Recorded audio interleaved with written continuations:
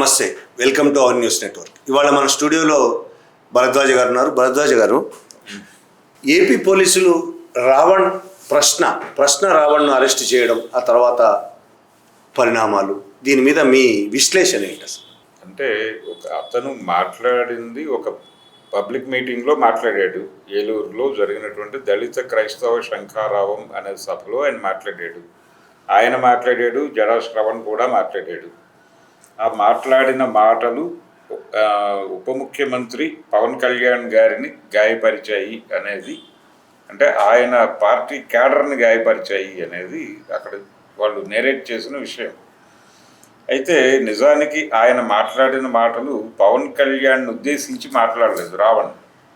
జడ శ్రవణ్ పవన్ కళ్యాణ్ని ఉద్దేశించి మాట్లాడినది వాస్తవమే. ఉప ముఖ్యమంత్రి అనే వాడుతూ ఆయన మాట్లాడాడు. జడా శ్రవణ్ కుమార్ మాట్లాడాడు తప్ప రావణ్ నేరుగా పవన్ కళ్యాణ్ని ఉద్దేశించి మాట్లాడలేదు. అయితే తను పవన్ కళ్యాణ్ జగన్మోహన్ రెడ్డిని గురించి మాట్లాడినటువంటి భాషని ఇమిటేట్ చేస్తూ మాట్లాడాడు. అతని టార్గెట్ పవన్ కళ్యాణ్ కాదు, ఆయన రాధా మనోహర్ దాస్ని టార్గెట్ చేశాడు. రాధా మనోహర్ దాసు క్రైస్తవ మతం మీద నోటికొచ్చినట్టు మాట్లాడే క్రమంలో ఆయన ఈ పరిశుద్ధాత్మతో గర్భం పొందినటువంటి మరియమ్మ అనే వాక్యాన్ని తీసుకుని ఎంత రెడిక్యూల్ చేయాలో అంత రెడిక్యూల్ చేస్తూ మాట్లాడాడు. దాన్ని ప్రస్తావిస్తూ ఆయన మతాల మధ్య విద్వేషం నింపే రాధా మనోహర్ దాస్ అని చెప్పి పవన్ కళ్యాణ్ ఎలాగైతే ఆ రోజున జగన్కి వార్నింగ్ ఇస్తున్నట్టు మాట్లాడాడో దాన్నే యాజ్ ఇట్ ఈజ్గా ఇమిటేట్ చేస్తూ రాధా మనోహర్ దాస్ను ఉద్దేశించి మాట్లాడాడు. అయితే విడిగా పవన్ కళ్యాణ్ మీద అడపాదడపా ఆయన మాట్లాడిన మాటలు కొన్ని ఉన్నాయి. వాటిని తీసుకొచ్చి దీంతో లింక్ చేసి ఇప్పుడు సర్క్యులేషన్లో పెట్టి అతను ఆ రోజు సభలో పవన్ కళ్యాణ్ గారిని టార్గెట్ చేశాడు అని ఎస్టాబ్లిష్ చేస్తున్నారు. దీంతో పాటు అంటే ఇక్కడ మనోభావాలు పవన్ కళ్యాణ్కి సంబంధించినటువంటి పార్టీ వాళ్ళవి గాయపడ్డాయి. వాళ్ళు వెళ్ళి కేసులు పెట్టారు. ఇది ఒక కల్చర్ మొదలైంది. కూటమి ప్రభుత్వం ఏర్పడిన తర్వాత వాళ్ళు ఎవరినైతే టార్గెట్ చేస్తారో వాళ్ళ మీద వీళ్ళ క్యాడర్తో రకరకాల పోలీస్ స్టేషన్ల దగ్గర మనోభావాలు గాయపడ్డాయి అని కేసులు పెట్టించేస్తారు. కేసులు పెట్టగానే ఇమ్మీడియట్గా పరిగెత్తుకుంటూ వచ్చి ఇక్కడ అరెస్టులు చేసి తీసుకెళ్ళిపోయారు. పోసాని కృష్ణమురళిని కూడా అలాగే తీసుకెళ్లారు. రామ్ గోపాల్ వర్మ గారి మీద కూడా అలా కేసులు బుక్ అయినాయి. వచ్చారు, ఇక్కడికి నోటీసులు సర్వ్ చేయడానికి వచ్చారు. గౌరవప్రదంగా సర్వ్ చేసి వెళ్ళారు. ఆయన వెళ్ళాడు, మాట్లాడుకున్నాడు, వచ్చేసాడు. ఆ సందర్భంగా ఆయన భవిష్యత్తులో ఇంకెప్పుడు నేను రాజకీయ చిత్రాలు తీయను అని ఒక ప్రకటన చేశాడు. అయిపోయింది. పోసాని కృష్ణమురళిని ఒక 7-8 స్టేషన్ల చుట్టూ తిప్పారు, కేసులు పెట్టారు. ఈ కోర్టులు వాయిదాలు వ్యవహారం భయం పుట్టి ఆయన తెల్ల జెండా ఎగరేశాడు. ఇక్కడికి వచ్చి ప్రెస్ మీట్ పెట్టి నేను రాజకీయాల నుంచి షట్ డౌన్ అయిపోతున్నాను అని ప్రకటించాడు. అంటే ఇలా భయపెట్టడం కోసం వివిధ స్టేషన్లలో కేసులు పెట్టడం అనేది ఒక ప్రోగ్రామ్గా మొదలుపెట్టింది కూటమి ప్రభుత్వం వచ్చిన తర్వాత. మొదలుపెట్టి సేమ్ స్టైల్లో రావణ్ని, అలాగే కేవీఆర్ అనే ఇంకో జర్నలిస్టు, అతను తెలుగుదేశం పార్టీ నాయకుల్ని రెడిక్యూల్ చేస్తూ మాట్లాడాడు అనేది ఆరోపణ. అంటే అది కూడా మనోభావాల కేసాయి. అక్కడ తెలుగుదేశం మనోభావాలు గాయపడి వాళ్ళు కేసులు పెట్టారు అతని మీద. ఇక్కడ జనసేన మనోభావాలు గాయపడి వీళ్ళు కేసులు పెట్టారు. వీళ్ళిద్దరిని లిఫ్ట్ చేసి తీసుకెళ్ళిపోయారు. ఆ తీసుకెళ్లే క్రమంలో ఆంధ్ర పోలీసులు వ్యవహరించిన తీరు, పర్టికులర్గా కేవీఆర్ వైఫ్ని వాళ్ళు హ్యాండిల్ చేసిన పద్ధతి చాలా అభ్యంతరకరంగా ఉంది అని తెలంగాణ జర్నలిస్టులు కొంతమంది వెళ్ళి అక్కడ పోలీస్ స్టేషన్లో కంప్లైంట్ ఇవ్వడం కూడా జరిగింది.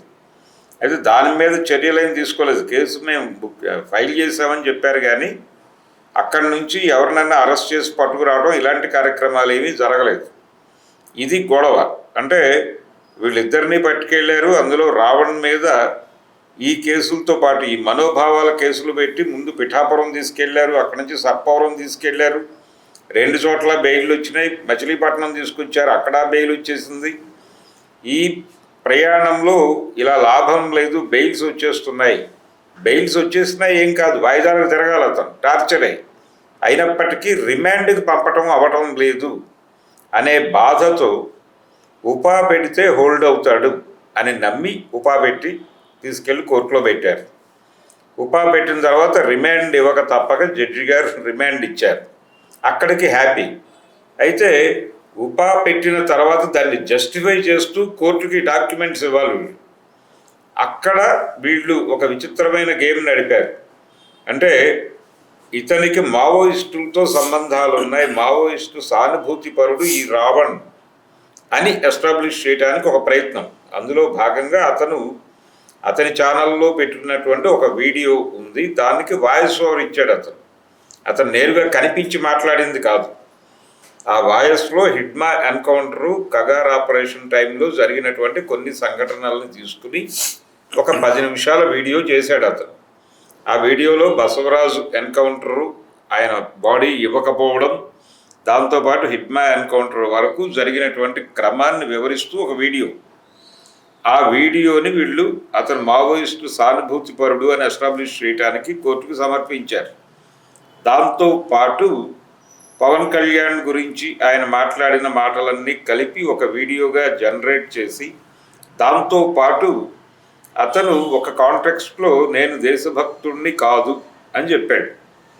దాన్ని కూడా పట్టుకొచ్చి దీంతో లింక్ చేసి ఇతను దేశభక్తుడిని కాదు అని ఓపెన్గా చెప్పేస్తున్నాడు. అంటే ఇతను దేశద్రోహి అనుకోవడానికి అవకాశం ఉంది కదా అని చెప్పి ఒక లాజిక్ వీళ్ళే రైజ్ చేసి ఇదంతా రాసిచ్చారు.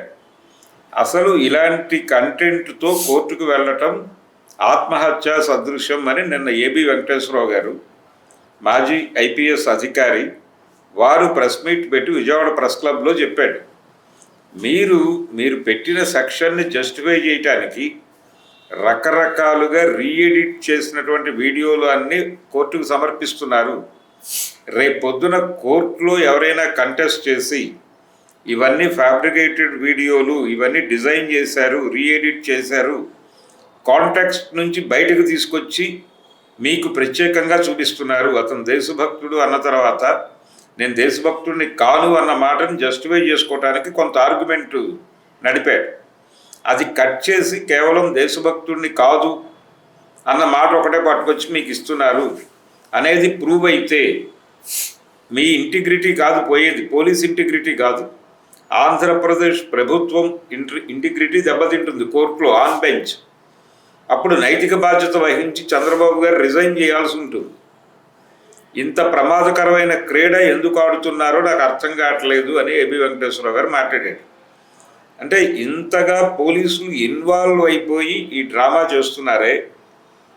ఇప్పుడు ఇదే టైంలో ఇదే హడావిడి, ఓకే రావణ్ తప్పు మాట్లాడాడు, రావణ్ మీద రకరకాలుగా దాడులు జరుగుతున్నాయి మీడియాలో. తెలుగుదేశం పార్టీ వ్యూహాత్మక మౌనం వహించింది, ఎవరు మాట్లాడలేదు. ఒక శ్రీధర్ రెడ్డి మాట్లాడాడు నెల్లూరు నుంచి, అతను కూడా దీని వెనకాల జగన్ ఉన్నాడని మాట్లాడాడు. ఇప్పుడు జగన్ ఉన్నాడు అనేది ఎస్టాబ్లిష్ చేయటం తెలుగుదేశం పార్టీకి చెందిన మీడియా ఛానల్స్ యొక్క బాధ్యతగా మారిపోయి జగన్ డెఫినెట్గా ఉంటాడు అని ఆ వస్తున్నటువంటి గెస్ట్లు, హోస్ట్ చేస్తున్నటువంటి యాంకర్లు కూడా అరిచి మాట్లాడుతున్నారు.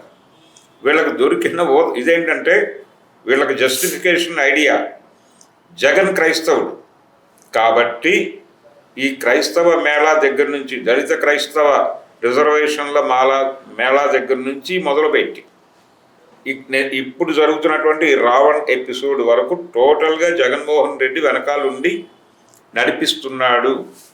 ఎందుకంటే ఆయన క్రైస్తవుడు కాబట్టి, ఆయనకి హిందూ మతం మీద గౌరవం లేదు కాబట్టి, గతంలో ఆయన తిరుమల లడ్డూలో కల్తీ చేసి వెంకటేశ్వర స్వామి మహిమలు తగ్గించే కుట్ర పన్నాడు కాబట్టి అనేది ఎస్టాబ్లిష్ చేస్తూ రావణ్ వెనక జగన్ అనేది ఒక సెక్షన్ వాదన.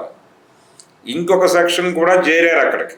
అంటే శాటిలైట్ ఛానల్స్లో కొన్ని ఛానల్స్, పర్టికులర్గా తెలుగుదేశానికి భజన ఛానల్స్ ఉన్నాయి. అది ఏబిఎన్ కావచ్చు, మహా టీవీ కావచ్చు, మరొకటి కావచ్చు. పర్టికులర్గా మహా టీవీలో డెడికేటెడ్, ఇప్పుడు రావణ్ లాంటి వారి బారి నుంచి, ప్రకాష్ రాజు లాంటి వారి బారి నుంచి, జగన్ బారి నుంచి కూడా హిందూ మతాన్ని కాపాడటం అనే పవిత్ర కర్తవ్యాన్ని మేము భుజానికి ఎత్తుకున్నామని మాట్లాడుతున్నారు. అక్కడ జరుగుతున్నటువంటి డిబేట్స్లోకి వస్తున్నటువంటి రకరకాల జనాలు అందరూ కూడా, వీళ్ళందరూ కూడా హిందుత్వ ఎజెండాతో రకరకాల ఛానల్స్ నడుపుతున్న వాళ్ళే, వాళ్ళని పిలిచి కూర్చోబెట్టి మాట్లాడిస్తున్నారు. వాళ్ళు వాళ్ళ పర్సనల్ ఎజెండాలు కూడా పట్టుకొచ్చేస్తున్నారు దీనిలోకి. ఒక ఆవిడ మాట్లాడతారు విచిత్రంగా, రావణ్ వెనక రేవంత్ రెడ్డి అని ఆవిడ ఒక సిద్ధాంతాన్ని ఎస్టాబ్లిష్ చేశారు. ఆవిడ టార్గెట్ ఏంటంటే కాంగ్రెస్ అంటే కాంగ్రెస్ అని చెప్పి దానికి ఒక డెఫినేషన్ తయారు చేశారు. ముస్లిం మూలాలు ఉన్నాయి నెహ్రూ కుటుంబానికి, కాబట్టి ఇది కాంగ్రెస్ కాదు కాంగ్రెస్ అని చెప్పి ఒక సిద్ధాంతం తయారు చేసి వాళ్ళు హిందూ మతం మీద దాడి చేయటమే వాళ్ళ మొదటి నుంచి వాళ్ళ లక్షణం. అందులో భాగంగానే ఈ రావణ్ లాంటి వాళ్ళని కాంగ్రెస్ పెంచి పోషిస్తోంది తెలంగాణలో, వాళ్ళకు అండగా నిలబడుతోంది. రేవంత్ రెడ్డి గారే వీళ్ళని ప్రోత్సహిస్తున్నాడు. అందుకని ఇక్కడ కూర్చుని అది పరమ ఫేకు అనే విషయం ఆవిడకి తెలుసు. కానీ ఆవిడ గొడవ ఏంటంటే మొన్న ప్రధానమంత్రి గారు వచ్చి చెప్పెళ్ళారు, వచ్చే ఎన్నికల్లో ఇక్కడ కాషాయ ప్రభుత్వాన్ని ప్రమాణ స్వీకారం చేయించాలనుకుంటున్నాను తెలంగాణలో అని. కాబట్టి కాంగ్రెస్ మీద దాడి చేయటం తన నైతిక బాధ్యత అనుకుంది ఆవిడ. అనుకుని ఇది దొరికితే అది కాంగ్రెస్కు చుట్టాలని ఫిక్స్ అయిపోయి, అంటే యాక్చువల్గా ఈవిడికి బీజేపీ నుంచి ఏదో ప్యాకేజీ కావాలి. ఆ ప్యాకేజీ కోసం యుద్ధం చేస్తూ ఇప్పుడు రావణ్కి సపోర్ట్గా మాట్లాడుతున్న వాళ్ళందరినీ జగన్ నుంచి డబ్బులు వచ్చాయి కాబట్టి మాట్లాడుతున్నారు అన్న పద్ధతిలో వీళ్ళు మాట్లాడుతున్నారు, ఇంక్లూడింగ్ ప్రకాష్ రాజుకు కూడా జగన్ నుంచి డబ్బులు వెళ్తున్నాయి, రేవంత్ రెడ్డి దగ్గర నుంచి డబ్బులు వెళ్తున్నాయి, అందుకని వీళ్ళు మాట్లాడుతున్నారు. తులసి చందు పేరు కూడా క్రైస్తవంలోకి మార్చి క్యాథరిన్ అని ఒక సిద్ధాంతం చేశారు. ఆవిడ క్యాథరిన్ అని, అలాగే ప్రకాష్ రాజు క్రైస్తవుడని వాళ్ళ మదర్ అంత్యక్రియల తాలూకా ఫోటోలు పెట్టి, అలాగే ఇతను పేరు కూడా జోసఫే, ఏది రావణ్ పేరులో జోసఫ్ ఉంది, అతను క్రైస్తవుడని, అలాగే జగన్ వీళ్ళకి డబ్బులు ఇస్తున్నటువంటి జగన్మోహన్ రెడ్డి కూడా క్రైస్తవుడే అని, కాంగ్రెస్ పార్టీ తెలంగాణ కాంగ్రెస్ ఫండ్ చేస్తోంది కాబట్టి అది అలాగూ ముస్లిం పార్టీ, సో వాళ్ళు ఫండ్ చేస్తున్నారు కాబట్టి ఇది హిందూ మతం మీద మైనారిటీ మతాలకు చెందిన వాళ్ళందరూ కలిసి చేస్తున్న కుట్రగా దీన్ని జనాల బుర్రల్లోకి ఎక్కించటం అనే ప్రోగ్రాం బీభత్స స్థాయిలో నడుస్తోంది. ఇది పరమ అవాస్తవమైనటువంటి విషయాలన్నింటినీ ఈ మీడియా ఛానల్స్లో కూర్చుని జనాల బుర్రల్లోకి ఎక్కించడానికి వీళ్ళు పడుతున్న శ్రమ చూస్తే నిజంగానే ఎంత దౌర్భాగ్య స్థితిలోకి వచ్చేసింది మీడియా, ఈ దేశం అనేది భయం కలిగించే పరిస్థితిలో ఉంది ఇప్పుడు. అంటే వాళ్ళు ఏమి ఫీడ్ చేయదలుచుకున్నారో ప్రపంచానికి అది ఫీడ్ చేయటం అనేది మీడియా ప్రోగ్రామ్గా మారిపోయింది. ఇంత దారుణమైనటువంటి పరిస్థితి అంటే రావణ్ కేసు, ఆయన ఏదో పవన్ కళ్యాణ్ని కామెంట్ చేశాడు అంతవరకే పరిమితమై లేదు, అది దాని చుట్టూ చాలా రాజకీయాలు నడుపుతున్నారు. తెలంగాణలో కాంగ్రెస్ని పీకటం ఒకళ్ళ ఎజెండా, ఆంధ్రప్రదేశ్లో జగన్కి హిందూ ఓట్ బ్యాంక్ని దూరం చేయటం ఇంకొక ఎజెండా.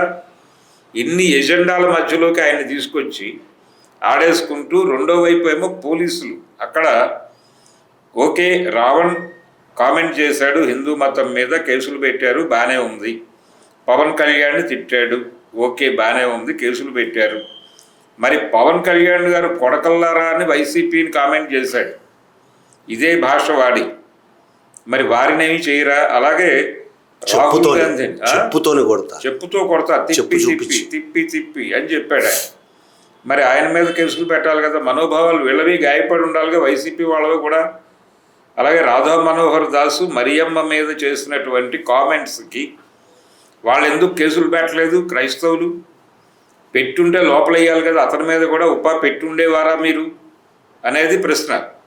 వాళ్ళు వేటిని పట్టించుకునే పరిస్థితుల్లో కూడా లేరు. ఎంతసేపు హిందూ మతం మీద దాడులు జరిగిపోతున్నాయనే గోలే తప్ప వాళ్ళు మాట్లాడిన దారుణమైన వ్యాఖ్యలు. అలాగే సాక్షాత్తు చంద్రబాబు నాయుడు ఆయన పవన్ కళ్యాణ్ కలిసి ఒక ప్రెస్ మీట్ పెట్టి జగన్మోహన్ రెడ్డి డబ్బుల కోసం నెయ్యి కల్తీ చేయలేదు, అతను కేవలం కల్తీ నైవేద్యం నివేదన పెట్టడం ద్వారా వెంకటేశ్వర స్వామి మహిమలు తగ్గించి హిందువులకి అన్యాయం చేయటం కోసం ఆ కల్తీ చేశాడని మాట్లాడారు.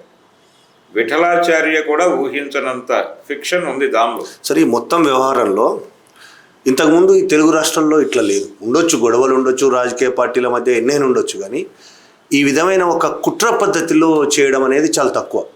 బీజేపీ 2014 అధికారంలోకి వచ్చిన తర్వాత దేశవ్యాప్తంగా ఇది కొనసాగుతుంది. ఇంకోటి, ఇట్లాంటి విషయాల్లో యూఏపీఏ పెట్టడం అనేది, అసలు యూఏపీఏ చాలా క్రూరమైన చట్టం, రాజ్యాంగ వ్యతిరేకమైనదని కొంతమంది సుప్రీంకోర్టులో ఇప్పుడు కేసు నడుస్తోంది. అది దాదాపు 4-5 ఏళ్లుగా కేసు ముందుకు రావట్లేదు, కానీ కేసు నడుస్తోంది. ఏబి వెంకటేశ్వరరావు లాంటి వాళ్ళు కూడా ఈ యూఏపీఏ చాలా క్రూరమైంది, రద్దు చేయాలని చాలా మంది మాట్లాడుతున్నారు.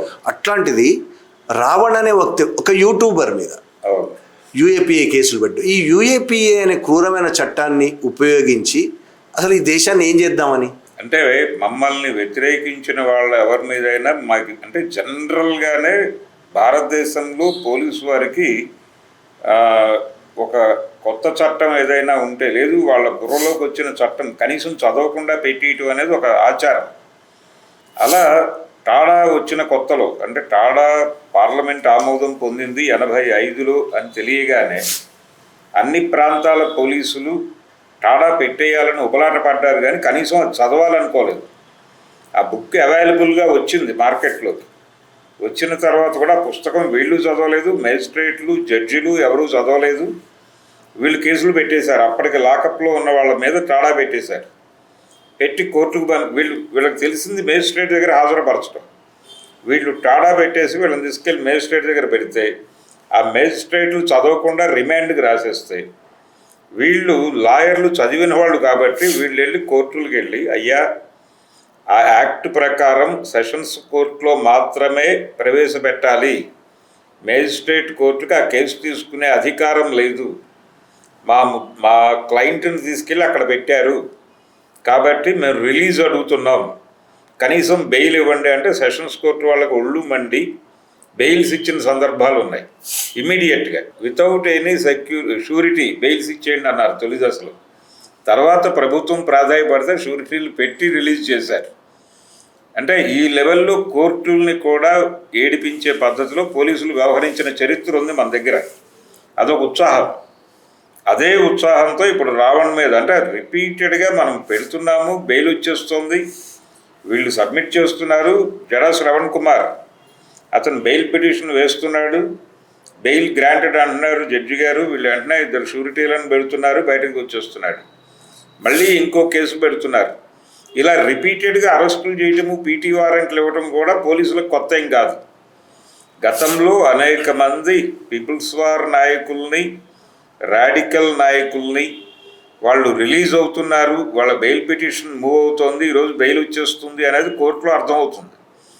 కోర్టులో ఉండేటువంటి కోర్టు కానిస్టేబుల్ వాడు ఇమ్మీడియట్గా పోలీస్ స్టేషన్కి ఎస్పీ గారికి ఇన్ఫామ్ చేసి, అయ్యా ఫలానా కేసులో మనం అరెస్ట్ చేసినటువంటి ఆయనకి బెయిల్ వస్తోంది, ఈరోజు సాయంత్రం గ్రాంట్ అవుతుంది, మేబీ రేపు పొద్దున్న షూరిటీలు పెడతారు అని చెప్పేసేవాడు. చెప్పేయగానే అక్కడ బెయిల్ ఆర్డర్ రెడీ అవుతుండగా ఇక్కడ కొత్త కేసుతో కాగితం వెళ్ళిపోయి కరెక్ట్గా ఈ బెయిల్ ఆర్డర్ మీద ఇక్కడ సంతకం అయ్యే టైంకి అక్కడ పీటీ వారెంట్ మీద సూపరింటెండెంట్ గారితో సంతకం పెట్టించి లోపలికి పంపించేవాళ్ళు. ఈ బెయిల్ ఆర్డర్ దాని తర్వాత వెళ్ళిన తర్వాత మీకు ఈ కేసులో బెయిల్ వచ్చిందండి, ఇంకో కేసులో రిమాండ్లో ఉన్నారండి అని చెప్పేవారు. ఇది కొత్తది కాదు. అలా ఒక కేసు మీద ఇంకో కేసు, ఇంకొక కేసు మీద ఇంకో కేసు వేసి చివరికి ఇది పొసగక, అంటే వేరే కోర్టు నుంచి వారెంట్ రావడం డిలే అయ్యి వాడు రిలీజ్ అవుతుంటే ఆ జైలు గేటు బయటే అరెస్ట్ చేసి తీసుకెళ్ళిపోయి ఎక్కడో దాచిపెట్టి, ఇప్పుడు ఏ కేసులో అయితే బెయిల్ తీసుకున్నారో ఆ కేసులోనే 2-3 వాయిదాలు ఎగరగొట్టించి వీళ్ళ కస్టడీలోనే పెట్టుకుని ఆ వాయిదాలకు వెళ్లకుండా చేసి జడ్జి గారు అడుగుతారు, ఏమిటి మనం బెయిల్ ఇచ్చాం, మీ క్లయింట్ రావడం లేదు అని డిఫెన్స్ లాయర్ని అడుగుతాడు. డిఫెన్స్ లాయర్ గారు ఆ రోజు నుంచి మా క్లయింట్ కనిపించడం లేదండి అంటాడు. కనిపించడం లేదు, దీనికి సంబంధించి మేము సెర్చ్ వారెంట్లు వేసాం, ఇవన్నీ చేసామని చెప్పేవారు పౌర హక్కుల సంఘానికి చెందిన న్యాయవాదులు. చెబితే ఇవన్నీ నాకు సంబంధం లేదండి, మనం బెయిల్ ఇచ్చాం, అతను వాయిదాలకు రావడం లేదు, ఏం చేయమంటారు అని పీపీని అడుగుతాడు ఆయన. పీపీ గారు ఏం లేదండి, ఎన్బిడబ్ల్యూ ఇష్యూ చేయటమే కదా, అంతకుమించి మనం ఏం చేయగలం అంటాడు ఆయన. ఓకే, పీపీ రికమెండేషన్ మీద నేను ఎన్బిడబ్ల్యూ ఇష్యూ చేయమని ఆర్డర్ వేస్తున్నాను. అని జడ్జి గారు ఒక సంతకం పెట్టి అక్కడ పడేసేవాడు. ఎన్బిడబ్ల్యూ ఇష్యూ అయిన తర్వాత పోలీసులు తమ దగ్గర ఆల్రెడీ ఉన్నటువంటి ఇతన్ని తీసుకొచ్చి కోర్టులో ప్రొడ్యూస్ చేసి మళ్ళీ రిమాండ్కి పంపేవాడు. ఇన్ని డ్రామాలు ఆడినటువంటి చరిత్ర ఆంధ్రప్రదేశ్ పోలీసులకు ఉంది. వాళ్ళ చరిత్ర చాలా దుర్మార్గమైన చరిత్ర. ఇప్పుడు యూఏపీఏ పెట్టారు మావోయిస్టులకు సానుభూతి పరుడని. అవును, వాళ్ళను మావోయిస్టుల సానుభూతి పరుడు అని చెప్పడానికి వాళ్ళకి ఏం పెట్టారో మనకైతే తెలియదు, కానీ మావోయిస్టులకు మద్దతు పలుకుతూ ఆ నెక్స్ట్ డేనే తెలంగాణ డీజీపీ మాట్లాడాడు. మద్దతు అంటే మావోయిస్టులు ఉన్నప్పుడే బాగుండేది అని మాట్లాడాడు. చాలా మంది ఆ విధంగా మాట్లాడు. ఎన్టీఆర్ మాట్లాడాడు, తర్వాత విపి సింగ్ మాట్లాడాడు, చాలా మంది రాజకీయ రేవంత్ రెడ్డి మాట్లాడాడు ఎన్నికలకు ముందు కాదండి.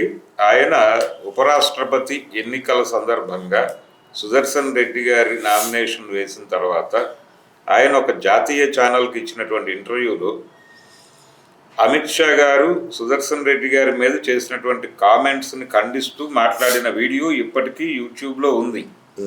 వారు ఏం చెప్పారంటే, నక్సలైట్ సమస్యని శాంతి భద్రతల సమస్యగా చూస్తోంది కేంద్ర ప్రభుత్వం, అది తప్పు, అది సామాజిక సమస్య. కాబట్టి నక్సలైట్లతో కూర్చుని వారు ఏ సమస్యల మీద అయితే దెబ్బలాడుతున్నారో ఆ సమస్యల్ని పరిష్కరించాల్సి ఉంది. అంతే తప్ప సల్వాజుడం ద్వారా ఒక ప్రైవేట్ ఆర్మీని క్రియేట్ చేసి వాళ్ళని చంపేయటం అనేది కరెక్ట్ కాదు.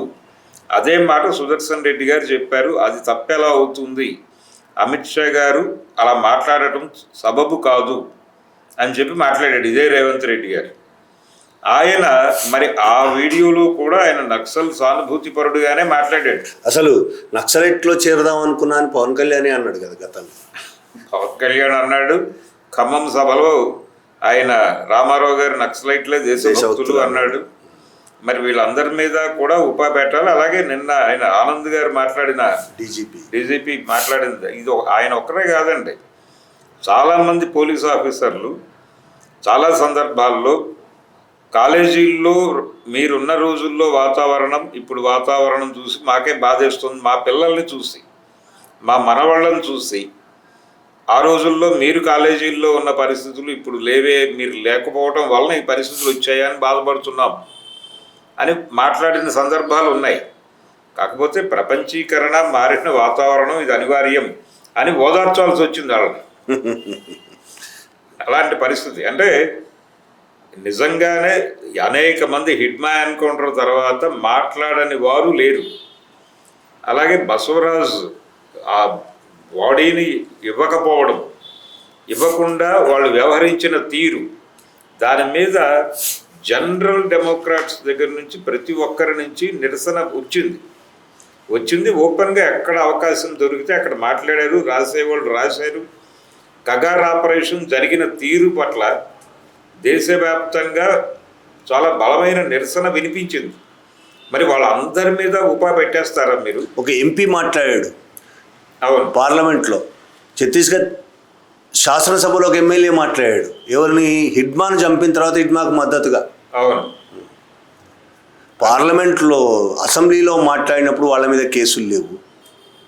హిడ్మాకు మద్దతుగా మాట్లాడాడని రావడం మీద యూఏపీఏ పెట్టడం. ఇతను ఒక 10 నిమిషాలు వీడియో చేశాడు అనేది జస్టిఫికేషన్ కోసం పెట్టారు. అసలు హిడ్మా చనిపోయిన తర్వాత భారతదేశ వ్యాప్తంగా మాట్లాడని వాళ్ళు చాలా తక్కువ మంది. హిడ్మాకు మద్దతుగా కొన్ని లక్షల మంది మాట్లాడారు, సోషల్ మీడియాలో, బయట ఓపెన్గా రోడ్ల మీదకి వచ్చి మాట్లాడారు.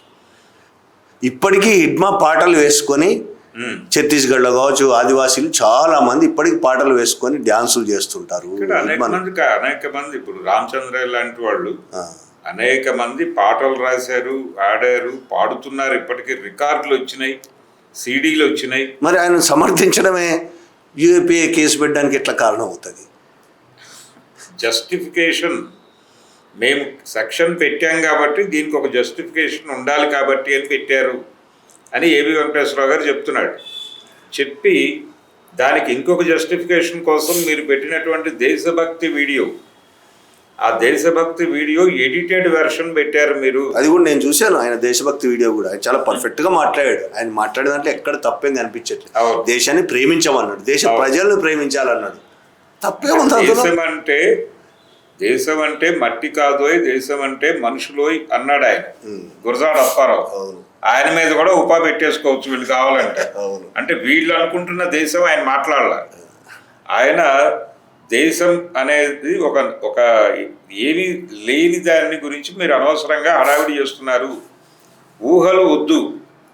మనిషి అనేవాడు రియల్గా ఉన్నాడు, వాడి సమస్య ఏంటో పట్టించుకోండి. దేశం అనే పేరు చెప్పి వీడిని చంపేయి.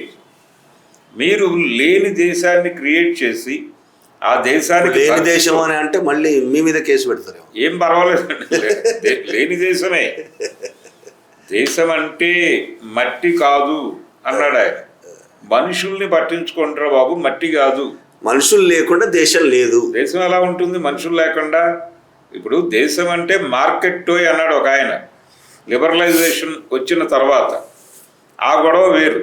కానీ ఇక్కడ దేశము, భారత మాత, ఈ గొడవలన్నీ అంటే ఇప్పుడు భారత మాత అంటే ఒక ప్రాంతంలో అన్యాయం జరుగుతూ ఉంటుంది. ఉదాహరణకు తెలంగాణకి అన్యాయం జరిగింది ఆంధ్ర నుంచి అనుకున్నప్పుడు వీళ్ళు విడిపోతాం అన్నారు. అనగానే వీళ్ళు ఈ వేర్పాటువాదం అనేది ఉగ్రవాదం అని చెప్పి ఈ మధ్య ఆంధ్రప్రదేశ్ ఉప ముఖ్యమంత్రి గారు వ్యాఖ్యానం చేశారు.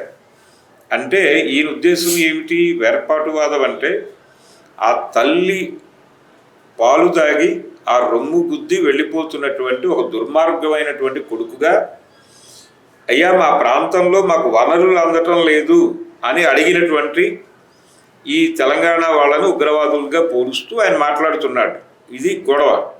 ఇలా ఏ ప్రాంతం వారైనా సరే మాకు అందవలసినటువంటి నిధులు అందటం లేదు, మాకు జరగవలసినటువంటి అభివృద్ధి జరగటం లేదు, ఇక్కడ నుంచి వెడుతున్నటువంటి పన్నులు ఈ లెవెల్లో వెడుతున్నాయి, మాకు జరుగుతున్నటువంటి పనులు ఈ లెవెల్లో జరుగుతున్నాయి అని ఏ ప్రాంతం వాడైనా ఈ దేశంలో మాట్లాడితే వాడిని తల్లిపాలు తాగి రొమ్ముల మీద గుద్ది వెళ్ళిపోతున్న కొడుకుగా సెంటిమెంటల్గా ప్రొజెక్ట్ చేసి వాడిని విలన్ అని స్టాంప్ వేసి, ఉగ్రవాది అని స్టాంప్ వేసి, చంపేస్తాం నిన్ను, ఉపా కేసులు పెట్టి లోపలేస్తాం, లేకపోతే చంపేస్తాం ఎన్కౌంటర్లు చేసి, సో మీరు సరెండర్ అయి ఉండండి అని చెప్పి ఒక సెంటిమెంట్ తాడి కట్టడం కోసం, ఒక తాడు కట్టడం కోసం, బేడీలు వేయటం కోసం దీన్ని వాడుతున్నారు. ఈ దేశమాత లేకపోతే దేశభక్తి, ఈ వ్యవహారాలన్నీ. ఇది కూడా ఒక మతానికి సంబంధించిన వ్యవహారాలు, మతానికి సంబంధించిన సింబల్స్ అవన్నీ. ఈ సింబల్ అంటే బాలగోపాల్ ఒక మాట అన్నాడు ఒకసారి, ఒక మతం తాలూకా దేశభక్తి ఇంకొక మతానికి ప్రాణ సంకటంగా మారుతున్న పరిస్థితి ఉంది భారతదేశంలో అన్నాడు ఆయన. అది అక్షరాల నిజం.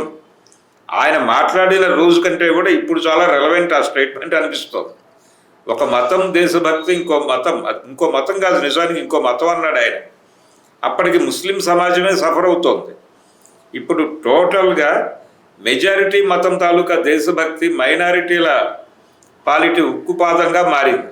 ఇది స్టేట్మెంట్. ఇప్పుడు అలాంటి పరిస్థితి క్రియేట్ చేశారు. జగన్ని టార్గెట్ చేసినా, ప్రకాష్ రాజుని టార్గెట్ చేసినా, రావణ్ని టార్గెట్ చేసినా, వీళ్ళ అంతిమంగా జస్టిఫికేషన్ డైలాగ్ వాళ్ళందరూ క్రైస్తవులు కాబట్టి క్రైస్తవుల మీద దాడిది. క్రైస్తవుల మనోభావాలు గాయపడితే వాళ్ళు 100 చోట్ల మనోభావాలు గాయపడ్డాయని చెప్పి వీళ్ళ మీద కేసులు పెట్టి, మీరు రావణ్ని, కేవీఆర్ని అరెస్ట్ చేయడానికి ఎంత దూకుడుగా వెళ్ళారో అంతే దూకుడుగా మేము పెట్టినటువంటి కేసులలో మేము మెన్షన్ చేసిన వ్యక్తుల్ని కూడా అరెస్ట్ చేసి తీసుకొచ్చి లోపల పెట్టండి. అలా పెట్టకపోతే మేము మీ స్టేషన్ల ముందు నుంచి కదలము అని ఒక ఉద్యమం చేయవలసినటువంటి బుక్ చేస్తారా అని అటువంటి కేసులు రాధా మనోహర్ దాస్ మీద చేయమనండి దమ్ముంటే వాళ్ళకి. ఆయన మరియమ్మ మీద చేసినటువంటి వ్యాఖ్యలు ఉన్నాయి లైవ్లో, అది వింటే హృదయం జ్వలిస్తుంది. ఏం మాట్లాడుతున్నాడు ఇతను అని. అంత రెడిక్యూల్గా అతన్ని వాంటెడ్గా అవతల వాళ్ళు రెచ్చగొట్టడం. ఏది ఈ హిందుత్వ ఛానల్సే ఇందాక నేను మాట్లాడినటువంటి ఎవరైతే ఇప్పుడు శాటిలైట్ ఛానల్స్లో కూర్చుని వీళ్ళందరూ వాళ్ళు ప్యాకేజీల కోసం పాకులాట. వీళ్ళ ట్యాంకులు అక్కడ ఉంటాయి, డబ్బులు వచ్చే ట్యాంకులు. తెలుగుదేశం పార్టీలో ట్యాంకు, బీజేపీ ఆఫీస్లో ఒక డబ్బులు వచ్చే ట్యాంకు ఉంటాయి. ఆ ధార కోసం వీళ్ళు రెచ్చిపోయి మాట్లాడుతూ రావణ్ని సమర్థిస్తున్న వాళ్ళందరికీ కోట్ల డబ్బులు లారీలతో వచ్చేస్తున్నాయని మాట్లాడతారు. ఇదొక దుర్మార్గమైన ప్రచారం. నిజానికి జగన్ చాలా భయంతో ఉన్నాడు. దీన్ని ముట్టుకుంటే ఎక్కడ కాలుతుందో అనే ఉద్దేశంతో ఆయన నోరు విప్పలేదు చాలా రోజులు. ఆయనకు చుడుతున్నారు. చివరికి జడాశ్రవణ్ మీడియా ముందు అన్నాడు, మేం చేసే గొడవ వలన జగన్కి కూడా ఉపయోగం జరుగుతుంది, కానీ ఆ పార్టీ ఎందుకు స్పందించటం లేదో నాకు అర్థం కావడం లేదు అన్నాడు ఆయన. అన్న తర్వాత జగన్మోహన్ రెడ్డి ట్వీట్ చేశాడు, అది కూడా చాలా లౌక్యంగా, హే రామ్ నువ్వే ఈ దేశాన్ని కాపాడాలి అంటూ రాముణ్ణి స్తుతించిన తర్వాతే ఈ విమర్శ పెట్టాడు ఆయన. అంటే ఆయనకి భయం ఉంది, హిందూ ఓట్ బ్యాంకుని మన నుంచి జరపడానికి ఏదో ప్రయత్నం జరుగుతోంది, కాబట్టి ఈ ఏరియాలో మనం ఒళ్ళు దగ్గర పెట్టుకుని మాట్లాడాలి, నాలుక చేత్తో పట్టుకుని మాట్లాడాలి అని మాట్లాడాడు. దీన్ని అంబటి రాంబాబు గారు ఇంకొక కొంచెం ముందుకు తీసుకెళ్ళి, ఈ ప్రశ్న రావణ్ అనే అతను మేము అధికారంలో ఉన్నప్పుడు మా మీద కూడా దాడి చేస్తూ వీడియోలు చేశాడు, ఇదిగో చూడండి, మాకు అతనికి ఏ సంబంధాలు లేవని వాళ్ళు చెప్పుకోవాల్సి వచ్చింది. ఆ పరిస్థితి కల్పించారు వీళ్ళు విజయవంతంగా. కాబట్టి వీళ్ళు మతం పేరు చెప్పి ఎవరినైనా టెర్రరైజ్ చేస్తున్నారు. మతం అనే దాన్ని పట్టుకుని చేస్తున్న దాడే ఇదంతా. అంటే టెర్రరైజ్ మైనార్టీలనే కాదు, మెజారిటీ మతస్థులను కూడా టెర్రరైజ్ చేస్తున్నారు. ఎవరినైనా మిమ్మల్ని అక్కడ వేసి తొక్కుతాం, అందులో ఆ గాట కట్టేస్తాం, జాగ్రత్త ఒళ్ళు దగ్గర పెట్టుకోండి అని భయపెట్టడమే. టెర్రరైజ్ మతం పేరుతో టెర్రరైజ్ చేయటం అనేది జరుగుతోంది ఇప్పుడు. మరి వీళ్ళందరి మీద ఉపా పెట్టాలి. ఇప్పుడు ముఖ్యమంత్రి గారు ఆ మాట అన్నారు, ఏది, తిరుమల దేవుడికి కల్తీ నైవేద్యం పెట్టడం ద్వారా వారి మహిమలు కుదించి హిందువులని ఏకాకుల్ని చేసేటువంటి కుట్ర పన్నుతున్నాడు జగన్మోహన్ రెడ్డి అని మాట్లాడాడు ఆయన. మరి దాని మీద క్రైస్తవుల మనోభావాలు గాయపడాలి కదా. అలాగే ఇందులో పంది కొవ్వు కలిపారు అని ఉప ముఖ్యమంత్రి గారు మాట్లాడారు. ముస్లింల మనోభావాలు గాయపడి ఉండాలి కదా. మరి వాళ్ళు కేసులు ఎందుకు పెట్టలేదంటే మీకు భయపడి పెట్టట్లేదు. వాళ్ళు మీకు భయపడి పెట్టడం లేదు, కానీ మీ మీద చిరాకు ఉంది వాళ్ళకి మనసుల్లో.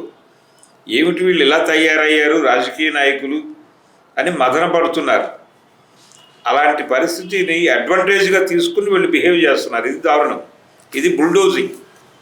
ఈ బుల్డోజింగ్ పాలిటిక్స్ మీద ఇప్పుడు అర్జెంటుగా మైనారిటీలని ఎవరైతే భయంతో వణికిపోతున్నారో వీళ్ళని ఐక్యపరచవలసినటువంటి ఒక బాధ్యత ఉంది. ఇక్కడ ఉన్నటువంటి ప్రజా సంఘాలకి, ఈ దేశం గురించి ఆలోచించే వారికి, వీళ్ళందరి ముందు ఉన్నటువంటి ప్రధానమైన టాస్క్ ఈ మత ఉన్మాదం. ఇది మత ఉన్మాదమే చాలా స్పష్టంగా. అంటే విజయసాయి రెడ్డి ఒక ట్వీట్ చేశాడు, ఇప్పుడు జగన్ రావణ్ని సమర్థించటం అనేది హిందూ మతం మీద దాడే అన్నాడు ఆయన ట్వీట్లో. అది దాడి కాదు. ఇప్పుడు వీళ్ళందరూ కలిసి చేస్తోంది, ఇంక్లూడింగ్ విజయసాయి రెడ్డి, వీళ్ళందరూ చేస్తోంది మైనారిటీల మీద హిందుత్వ పేరుతో జరుగుతున్న దాడి. ఆ దాడికి వ్యతిరేకంగా మైనారిటీలకి మనోధైర్యాన్ని ఇచ్చి వాళ్ళని రోడ్డు మీదకి తీసుకొచ్చి దేశం అందరిది, ఈ దేశంలో ఇప్పటికీ లౌకిక రాజ్యాంగమే ఉంది, దాన్ని కాపాడుకోవడం అనేది మనందరి బాధ్యత. గతంలో కంటే ఇప్పుడు ప్రమాదంలో ఉంది, దాన్ని నిలబెట్టుకుందాం అని చెప్పి రోడ్డు మీదకి తీసుకురావాల్సిన అవసరాన్ని గుర్తు చేస్తున్నాయి ఈ సంఘటనలన్నీ కూడా. థ్యాంక్ యూ సార్ భరద్వాజ్ గారు, thank you very much. Thank you.